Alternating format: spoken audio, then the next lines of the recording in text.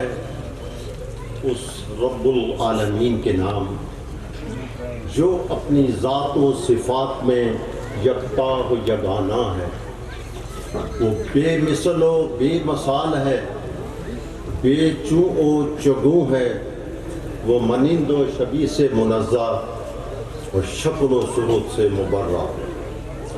اتحاد و حلول کا عقیدہ اسلامی تعلیمات کے منافی ہے۔ بعد از خدا بزرگ مختصر قصہ مختصر صدقے جاؤں رحمت للعالمین پر، جس محفل کو سجایا ہے محمد کے محبوب نے، اور میں قربان جاؤں میرے سامنے بیٹھے اسٹیج پہ بیٹھے ضیوف رسول اللہ صلی اللہ علیہ وسلم۔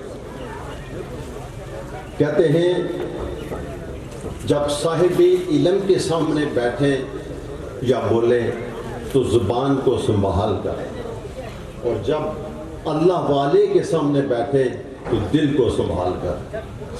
میں لمبی چوڑی بات نہیں کروں گا، مختصر میرا ایک تحقیقی مقالہ تھا، prayer its meaning and scope, اس کے چند اقتصابات آج کی اس محفل کے حوالے سے گوش گزار کروں گا۔ جب کچھ نہیں تھا تو اللہ تھا۔ ہم جیسے کم فہم مخلوق کو سمجھانے کے لیے اللہ نے اپنی مثال دی، اللہ نور السماوات والارض۔ وہ ایک نور تھا، اور اگر نور کا ترجمہ یہ کر دیا جائے کہ یہ بجلی ہے، یہ لائٹ ہے، یہ روشنی ہے، تو ہم میں سے عام فہم آدمی بھی بجلی کو دیکھ نہیں سکتا، اس طاقت کو محسوس کر سکتا ہے۔ تو جب رب نے اپنے اظہار کی راہیں چاہی تو کن کہا فیکون ہو گیا۔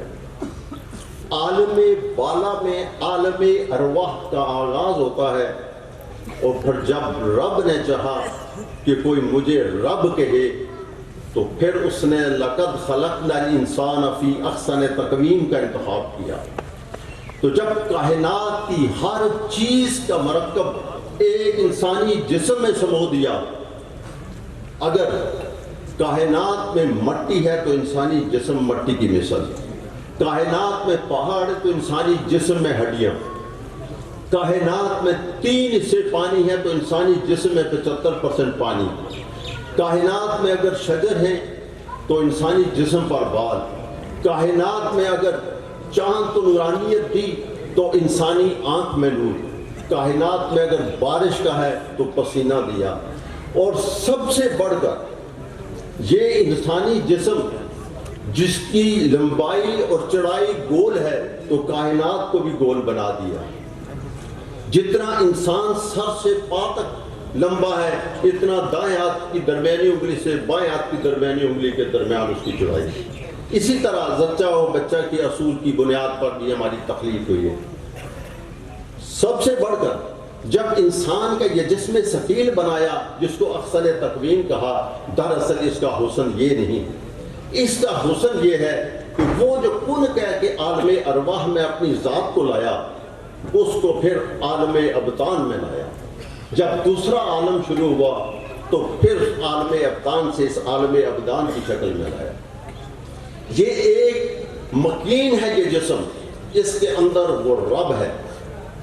بات اس لیے ہو رہی تھی، یہ بات اس لیے تمہیدن کہی کہ جو یہ محفل ہے اس کے اندر بیٹھے ہوئے میرے مخاطب، میرے سامنے بیٹھے ہوئے میرے دوست عزیز ہیں، آپ کو کیا پتا چلے گا کہ آپ نے جو آج بیٹھے ہیں جس محفل میں، جو آپ نے کہا، سنا، دیکھا، آپ کو کیا پتا چلے کہ آپ کا یہ معاملہ حل ہو گیا۔ اس محفل کو سجانے والوں کی خیر کرے، ہم سب کو رسول اللہ صلی اللہ علیہ وسلم کی محبت نصیب کرے، اور یہ یاد رکھیں کہ 48 ایک کر کے جائیں تو مطالبے منظور نہیں ہوتے۔